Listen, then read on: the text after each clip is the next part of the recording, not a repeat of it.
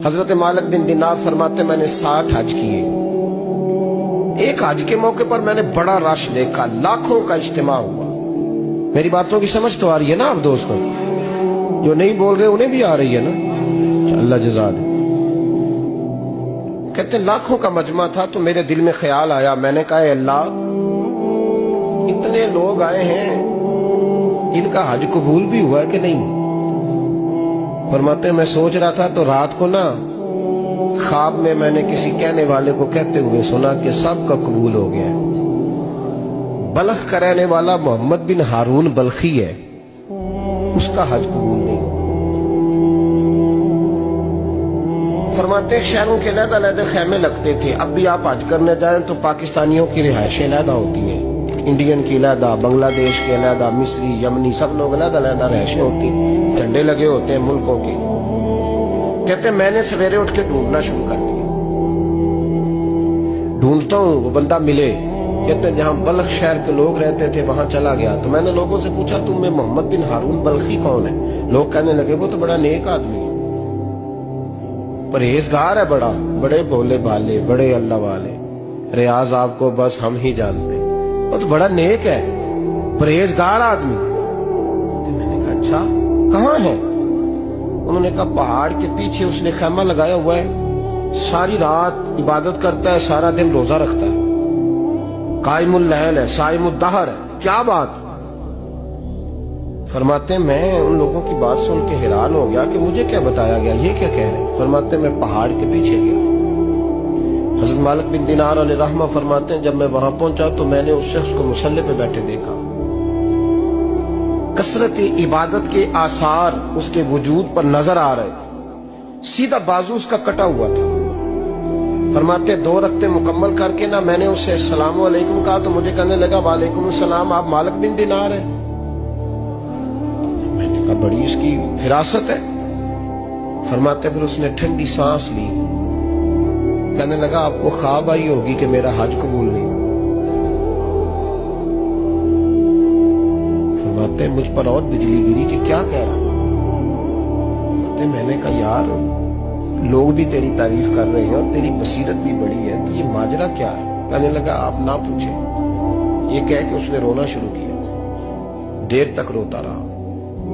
मैंने कहा नहीं यार तू बता। कहने लगा नहीं आप ना पूछें, आप नाराज हो गए। मैंने कहा मैं नहीं होता, तू बोल ना। कहने लगा हुजूर 24 साल हो गए मुझे हज करते हुए, 24 साल, 24वां हज है मेरा, और हर साल कोई अल्लाह का वली आके बताता है कि जा चला जा तेरा कोई नहीं कबूल। बेपरवाही वेख सज्जन दी जिथे किसे दी पेश न जावे, उन्हें ताजा माले दर दर रोले ते मंगते तख्त बिठावे, आजम किसे नु कारा मिलदा ही कोई काबे हो खाली आवे। कहते हैं उसने मुझे कहा हुजूर 24वां हज है, हर साल कोई बताता है। मैंने कहा तेरी गलती। कहने लगा मैं अपनी माँ का नाफरमान। मैंने कहा वाकया क्या हुआ? कहने लगा हजरत अल्लाह ने मुझे दौलत दी, माल दिया, जमीनें दी तो मैं अय्याश हो गया। इमाम मालिक बिन दिनार रहमतुल्लाह अलैह फरमाते हैं मुझसे कहने लगा पैसे आए तो मैं अय्याश हो गया। रमजान का महीना था, असर के बाद मेरी अम्मा इफ्तारी की तैयारी कर रही थी, मैं गया, मैंने कहा शराब पी हुई, अम्मा रोटी दे। अम्मा कहने लगी शर्म कर, शर्म कर, रोजा रखा नहीं तो जिन्होंने रखा है उनका तो ख्याल कर। कहते अम्मा की बात का मुझे गुस्सा लगा। मैं कहा करता हूं बदनसीब है वो बेटा जिसका बाप उससे बात करते हुए डरता है कि पता नहीं कहां से बोलेगा। बदनसीब नहीं वो बेटा जिसकी माँ उससे बात करते हुए सहम जाती है कि पता नहीं कौन सी बोली बोलेगा। बदनसीब नहीं कि माँ बाप भी जिससे खोल के बात ना कर सके। हजरत मालिक बिन दिनार से कहने लगा अम्मा ने जब कहा ना शर्म कर तो मुझे गुस्सा आया, मैंने माँ को थप्पड़ मारा और मेरी माँ जलते हुए तंदूर में गिरी। लोगों ने मुझे पकड़ के अंदर बंद कर दिया कमरे में। सारी रात में शोर सुनता रहा पर नशे में धुत रहा। सवेरे आंख खुली तो मेरी बीवी बैग बांध रही थी। मैंने कहा कहाँ जा रही हो? कहने लगी जो माँ का नहीं बना मेरा कैसे बनेगा? तो मैंने कहा मेरी अम्मा का वो तो लोगों ने रात को ही दफन कर दी, जनाजा पढ़ के। तड़प के कहने लगा मुझे क्यों नहीं बताया? तो कहते हैं लोग कहने लगे तेरी मरती हुई माँ कह गई थी इसे मेरा मुंह ना देखने देना। मेरे जनाजे के करीब ना आए। हजरत मालिक बिन दिनार फरमाते हैं, जब उसने ये बात सुनाई तो मैंने भी उसके मुंह पे थप्पड़ मारा। मैंने कहा तो इसी काबिल है। कहते हैं वो रोने लगा, हुजूर दुआ करे अल्लाह मुझसे राजी हो जाए। कहने लगा जब माँ की इंतकाल की खबर मिली तो मैंने कुल्हाड़ी लेके वो हाथ काट दिया जिससे माँ को मारा था। मैंने सारी जायदादें खिरात कर दी। 24 साल हो गए, 24 साल सारी रात नमाज पढ़ता हूँ, रोजा रखता हूँ, हज करता हूँ, पर हर साल कोई आके कहता है जा दौड़ जा, तेरा कोई नहीं कबूल हुआ। हुजूर दुआ करे मालिक राजी हो जाए। फरमाते मैं थप्पड़ मार के आ गया। मैंने कहा तुझसे राजी हो जाए इतने जालिम से? इमाम मालिक फरमाते रात को आके सोया तो मुझे ख्वाब में रसूल पाक का दीदार हुआ। तो नबी पाक अलैहिस्सलाम ने फरमाया मालिक तू उसे मायूस क्यों कर आया है? अल्लाह तो बड़ा मेहरबान है। कहा हुजूर माँ के नाफरमान को माफी कैसे मिलेगी? तो इमाम मालिक फरमाने लगे नबी करीम ने फरमाया जा उसे जाके बता दे तुझे कयामत में तेरी माँ की वजह से बख्श दिया जाएगा। कहा हुजूर अम्मा की वजह से किस तरह?